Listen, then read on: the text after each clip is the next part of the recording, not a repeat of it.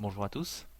J'ai toujours été un grand fan de Jacques Attali, le VRP de la mondialisation et du fédéralisme européen.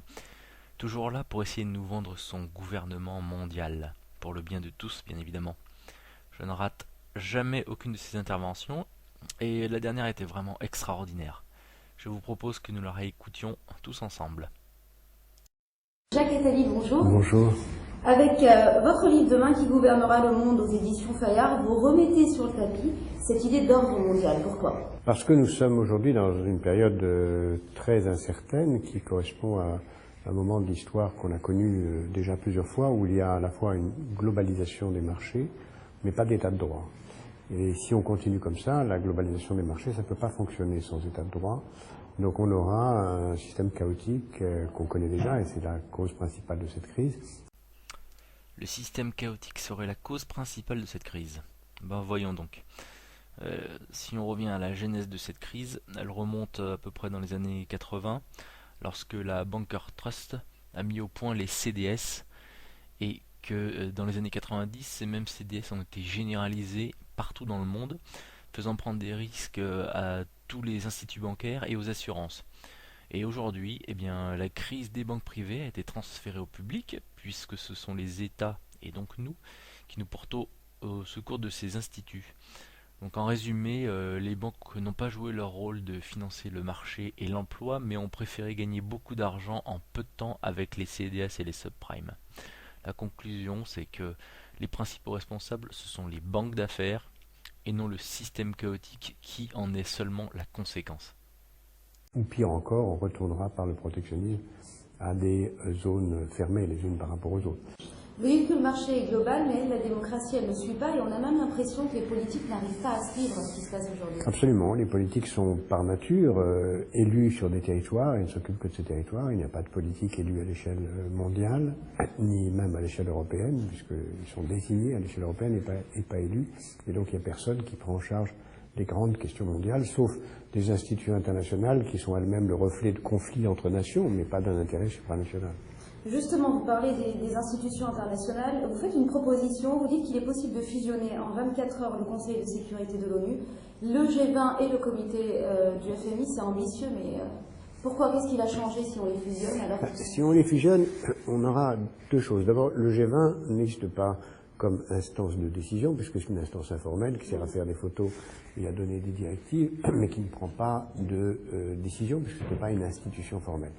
Le comité monétaire, c'est l'instance de gouvernement principal du Fonds monétaire, pourrait prendre des décisions, mais dans la mesure où il existe le G20 qui discute et décide à sa place et qui prend des décisions qui n'ont pas leur point d'appui à l'intérieur du Fonds monétaire, il ne passe rien.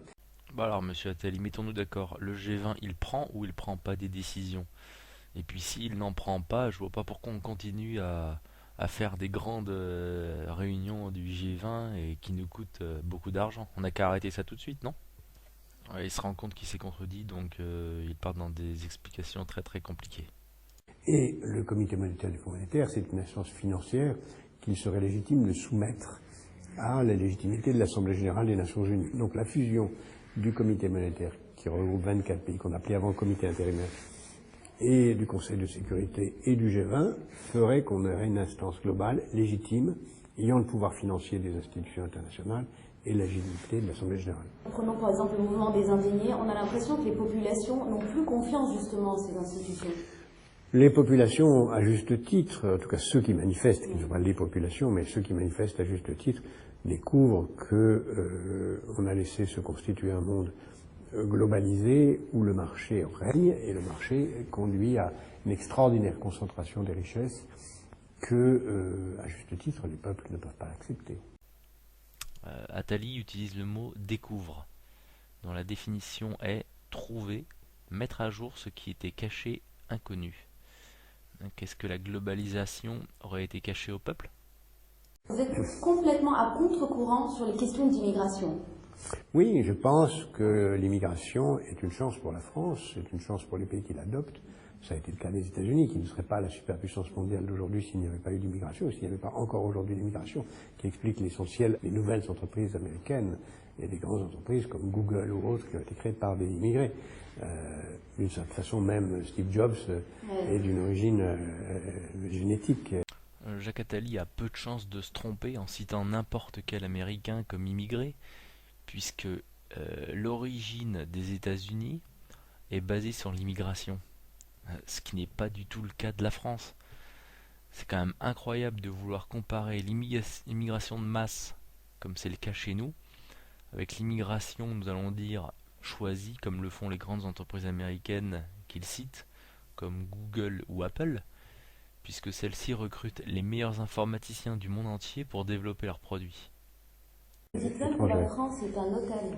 La France, comme tout pays, doit se conduire comme un hôtel, parce que tous les gens peuvent entrer et sortir. Heureusement, c'est le propre de la démocratie, on peut partir quand on veut. Mais dans les hôtels, on a des étoiles, il n'y a pas des pays qui sont plus chers que d'autres. Oui, on a des étoiles, et tout l'objectif, c'est de créer des conditions pour que l'hôtel soit accueillant, financièrement équilibré, en fonction de son niveau. La France peut prétendre à être un hôtel, si possible, de haut niveau pour tous ceux qui y habitent et tous ceux qui y viennent. Une autre proposition qui peut paraître anecdotique, vous proposez des états généraux. Oui, parce que beaucoup de gens reprochent à ceux qui, comme moi, parlent d'un état de droit mondial, ou même d'un gouvernement mondial, parce que je ne vois pas comment on fait un état de droit sans gouvernement, d'être les agents d'une sorte de plutocratie comploteuse qui voudrait imposer un gouvernement des élites. Ce qui est évidemment absurde. Un état de droit réellement sérieux n'a de chance que de réussir que s'il est démocratique. Et pour qu'il soit démocratique, il faut des états généraux. Je propose d'abord des états généraux à l'échelle de l'Europe. Je crois que le Parlement européen doit prendre le pouvoir.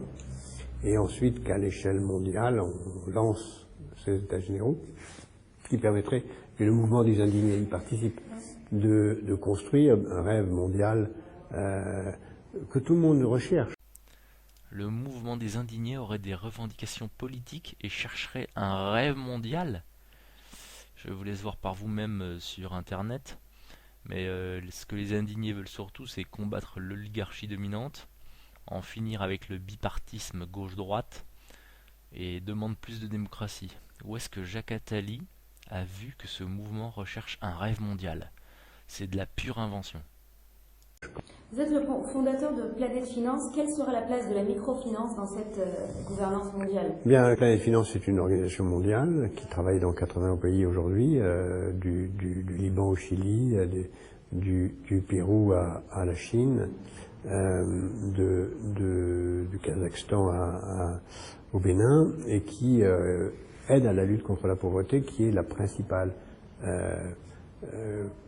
tragédie liée à la globalisation mal gérée. La microfinance est un outil majeur d'une globalisation réussie. On comprend mieux pourquoi Attali veut nous vendre son gouvernement mondial, parce que ses intérêts s'y prêtent avec Planète Finance.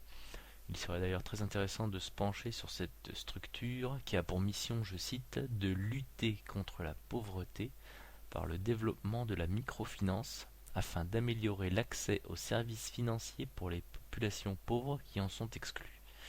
C'est tout un programme. D'ailleurs, la plupart des gens qui entourent Jacques Attali dans cette mission sont des banquiers ou des businessmen.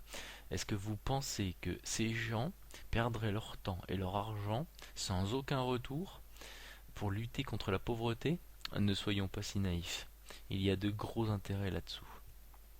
Page 21 dans votre livre, c'est-à-dire tout au début, vous dites que l'Europe et les États-Unis ont tout intérêt d'avancer vers cette gouvernance mondiale pour garder leur emprise sur le monde. Pourquoi les États-Unis et l'Europe garderaient leur emprise sur le monde? Je ne crois pas que j'emploie le mot garder leur emprise, mais en tout cas garder leur rang. Ça m'étonne que j'ai employé le mot emprise. 21. Si j'ai employé le mot emprise, c'est une... Les Européens et les Américains auraient intérêt à un gouvernement mondial qui prolongerait leur emprise sur le reste de l'humanité. Voilà, alors là, préparez-vous pour la novlangue, la plus extraordinaire. Attention, c'est parti, accrochez-vous. Voilà, eh bien, je pense que c'est pour montrer aux Européens et aux Américains que même dans leur intérêt bien compris, purement leur intérêt bien compris, ils devraient le faire. Oui, mais pourquoi emprise? Non, mais c'est pas mon point de vue. Je ne souhaite pas qu'ils aient une emprise sur le monde. Mais je pense, pourquoi je dis ça? C'est parce que beaucoup de gens pensent que le gouvernement mondial serait la fin de la puissance européenne ou américaine. Et je pense qu'au contraire, les Européens et les Américains ont intérêt, s'ils veulent garder leur rang, leur rôle, leur place dans le monde. Et j'ai employé le mot emprise ici pour me mettre à la place de ceux qui le souhaitent et leur dire, même ceux qui souhaitent ça, c'est leur intérêt. En conclusion, on remercie Jacques Attali pour cette merveilleuse interview où il a magnifiquement manié la novlangue, les contradictions et les mensonges. Moi je vous dis à très bientôt pour une nouvelle vidéo.